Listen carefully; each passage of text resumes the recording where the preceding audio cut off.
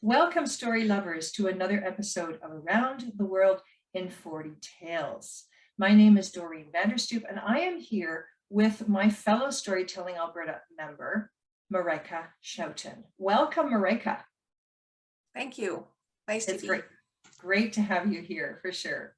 Now, before we get to the story, I just want to tell everybody a little bit more about you, Maryke.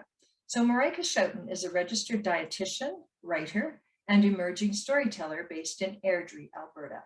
She is the legacy video administrator for the Storytelling Alberta Story Share project. Every video recording is memorable for Maryke, working with our senior clients, hearing how they lived, and building the video with music and photographs that they have shared is a small parcel of joyful connection. Now, her debut novel, The Beckoning Sky, was released in the fall of 2021. And thank you for holding it up. Hold it up again so everybody can see. There it is, The Beckoning Sky by Maryke Schouten. Congratulations on that. Thank you.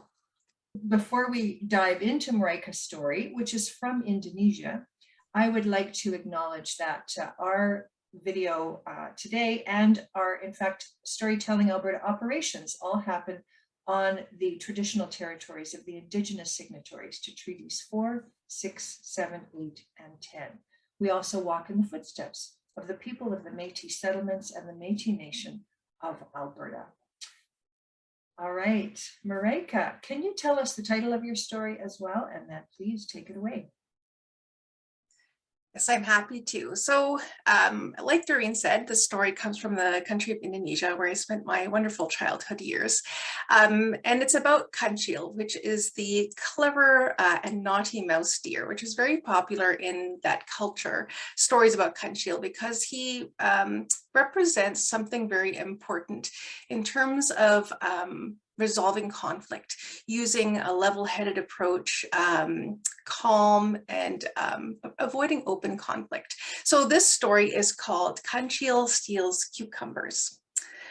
So one evening, Kancil is walking along in the forest and he comes upon a clearing full of juicy, ripe cucumbers. And he's amazed. He's never seen these kind of cucumbers before in the forest. They're wild ones, are very small and not very tasty, but these ones look beautiful. So he has a really good feast that evening and goes to sleep at the forest edge very peacefully with a very full tummy. In the morning, he wakes up and he hears an unusual sound. The farmer and his wife have arrived at the field and have realized that some of the cucumbers have gone missing. The farmer is very angry and he looks around and he says, "Whoever you are, thief, I'm going to catch you. That day will be your last when I catch you." And he and his wife gathered a few more cucumbers and off they went for the day, planning to come back in a couple more days. Kancil was very excited because there's lots of cucumbers left behind. And the other thing is that he'd noticed that the farmer was very active. He was jumping up and down and making all sorts of noise, and Kancil had never seen a human before. So he was quite amazed and quite humored by these actions. So he feasted on the cucumbers. He decided that each new cucumber looked so beautiful, he had to take a new bite out of each one. So he ate as many cucumbers as possible, fell asleep again. The next day, a couple days later, the farmer came back and realized, looking at his ruined field, that this was an animal that had been eating his cucumbers. So he thought, I'm going to set a trap. So off he went and came back the next day with a big doll, which he put in the middle of the field, and then took the sticky sap from the jackfruit tree and put it all over the stall, and then left for the day. Kancil was watching from the edge of the forest and he thought, well, this is not a very exciting looking fellow, not like my farmer who jumps up and down. He's very still. So he watched a little bit, slowly started creeping towards the figure, and he thought, this must be a very dull and ignorant fellow, not like my normal farmer. And as he got closer, he looked up in the face of this, human and realized it's a doll. It's not a human at all.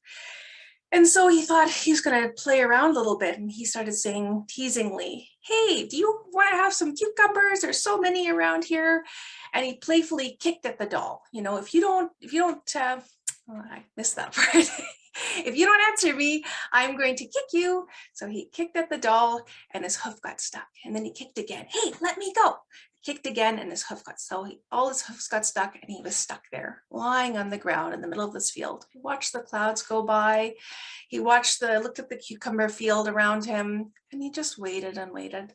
So the farmer came back the next day. Aha, I caught you. You're the thief.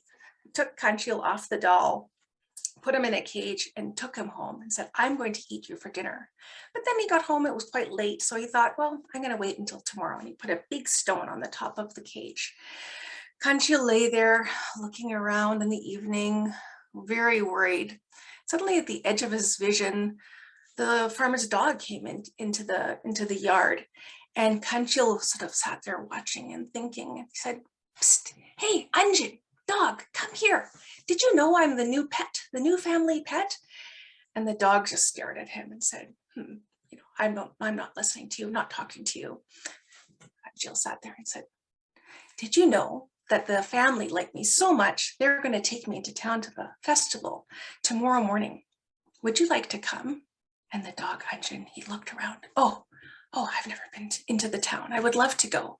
He said, could I go with you? Could I really go? And Kancil said, yes, of course you could go. You just have to join me in my cage. And then in the morning, I'll just ask. And they like me so much, of course they'll let us go together. And so the dog came padding over, and Kancil said, just sort of move that rock and then lift up the edge, and you can just come right underneath the edge of the cage and you can join me. So Anjin came over and did that. And as he climbed in, Kancil snuck out and ran off into the forest saying, I'm sorry to trick you. I hope the farmer will be kind to you and you will not be eaten for breakfast or dinner tomorrow. Good luck, sorry to trick you. Off he ran into the forest. And the next morning, when the farmer came out and saw the dog, Anjin, sitting in the cage, wagging his tail in a really embarrassed way, Kancil was back in the forest, safe and sound, but thinking perhaps the next time he would be a bit more cautious when he saw a big field of juicy-looking cucumbers. Maryke, thank you so much for that wonderful story from Indonesia, and you told it so well. Thank you so much for your contribution to our 40th anniversary. Thank you for having me. So if anybody wants to reach out to Maryke Schouten or anyone else at Storytelling Alberta, you can do that by emailing info@storytellingalberta.com.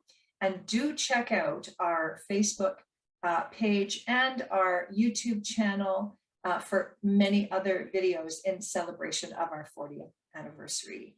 And of course, we'll be back again next Thursday with another tale to tell.